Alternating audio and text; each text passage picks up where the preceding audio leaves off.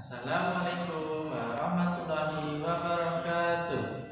Perkenalkan, nama saya Arif Firmansyah atau bisa dipanggil Pak Arif. Sebelum memulai pembelajaran kita pada hari ini, marilah kita berdoa terlebih dahulu. Sikap sempurna. Berdoa mulai. Bismillahirrahmanirrahim. Rabbi zidni ilma warzuqni fahma. Ya Allah, tambahkanlah aku ilmu dan berikanlah aku rizki akan kepahaman. Alhamdulillah. Mudah-mudahan dengan berdoa tadi pembelajaran kita pada hari ini berjalan dengan lancar ya anak-anak.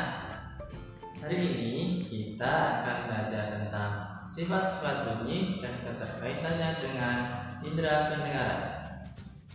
Sifat-sifat bunyi itu ada 3. Yang pertama, merambat melalui medium. Yang kedua, dapat dipantulkan. Dan yang ketiga, dapat diserap. Apa itu bunyi? Tahukah kalian apa itu bunyi?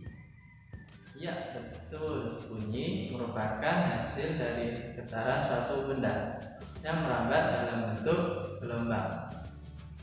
Bunyi dihasilkan dari benda-benda yang bergetar. Yang pertama, merambat melalui medium benda gas. Pada saat hujan, kita mendengar bunyi guntur. Bunyi guntur dapat kita dengar karena ada udara. Jika udara tidak ada, maka bunyi tidak terjadi dan tidak terdengar. Yang kedua, merambat melalui medium benda padat. Bunyi dapat merambat melalui benda padat. Kecepatan perambatan bunyi melalui berbagai jenis tidaklah sama. Bunyi merambat lebih cepat melalui benda padat dibandingkan dengan cair atau gas. Kecepatan perambatan bunyi sering disebut juga cepat rambat bunyi. Kemudian, bunyi dapat dipantulkan. Berdasarkan jarak sumber bunyi dengan dinding pantulnya, bunyi pantul dibedakan menjadi 3. Yang pertama, bunyi asli. Kedua, gaung kerdam. Dan yang ketiga, gema. Selanjutnya, benda pantul yang memperkeras bunyi asli. Jika antara sumber bunyi dan dinding pemantul dekat, maka bunyi pemantul terdengar hampir bersamaan dengan bunyi asli, sehingga akan memperkeras bunyi asli. Misalnya, jika kita berbicara di dalam kamar kosong yang tertutup, maka bunyi yang kita keluarkan akan mengenai dinding-dinding kamar, sehingga bunyi itu dipantulkan suara kita terdengar lebih kuat.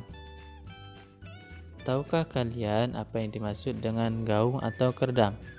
Gaung terjadi ketika sebagian bunyi pemantul terdengar hampir bersamaan dengan bunyi asli, sehingga bunyi aslinya tidak jelas. Bunyi kedua yang terdengar itu adalah gema. Gema merupakan pemantulan yang terdengar setelah bunyi asalnya terdengar lebih dahulu. Selanjutnya, bunyi dapat diserap. Selain dapat dipantulkan, bunyi juga dapat diserap. Benda-benda yang dapat menyerap bunyi adalah benda-benda yang permukaannya lunak. Bunyi yang demikian disebut peredam bunyi. Ini adalah contoh peredam bunyi. Yang pertama, ada kayu dan ada bantal. Selanjutnya, hubungan bunyi dengan indera pendengaran. Berikut ini adalah cara kerja telinga. Yang pertama, sumber bunyi masuk. Bunyi ditangkap oleh telinga bagian luar atau daun telinga, kemudian masuk ke dalam lubang telinga dan menggetarkan gendang telinga menuju tulang-tulang pendengaran. Kemudian cairan yang berada di dalam, rumah siput bergetar. Terjadilah stimulus ujung-ujung saraf yang diteruskan ke otak besar. Itulah bunyi yang kita dengar. Oke, sudah paham kan apa yang tadi Pak Guru jelaskan? Selanjutnya yaitu latihan soal. Sebelum memulai latihan, anak-anak siapkan alat tulis dulu ya.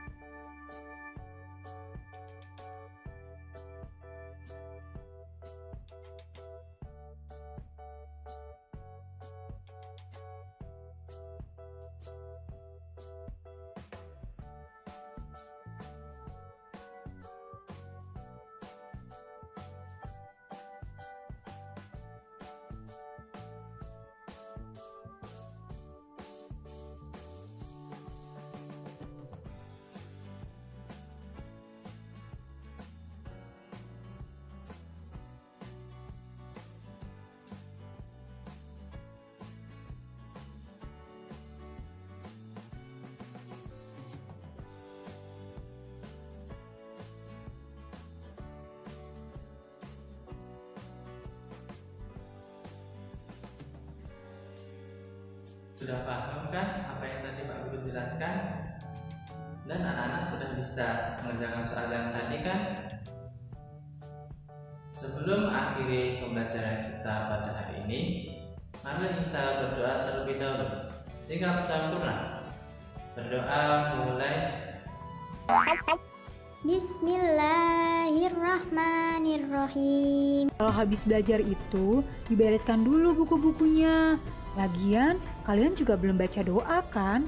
Ayo baca doa dulu. Allahumma inni astaudi'uka ma 'allamtanihi fardudhu ilayya inda hajati wala tansanihi ya rabbal alamin.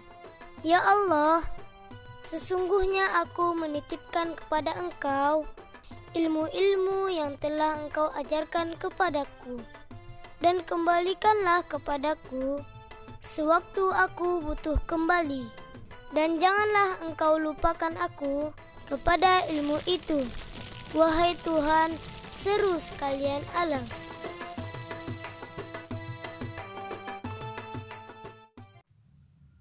Alhamdulillah, pembelajaran kita pada hari ini telah selesai. Mohon maaf bila Pak Guru ada salah dalam menyampaikan materi. Pak Guru akhiri. Assalamualaikum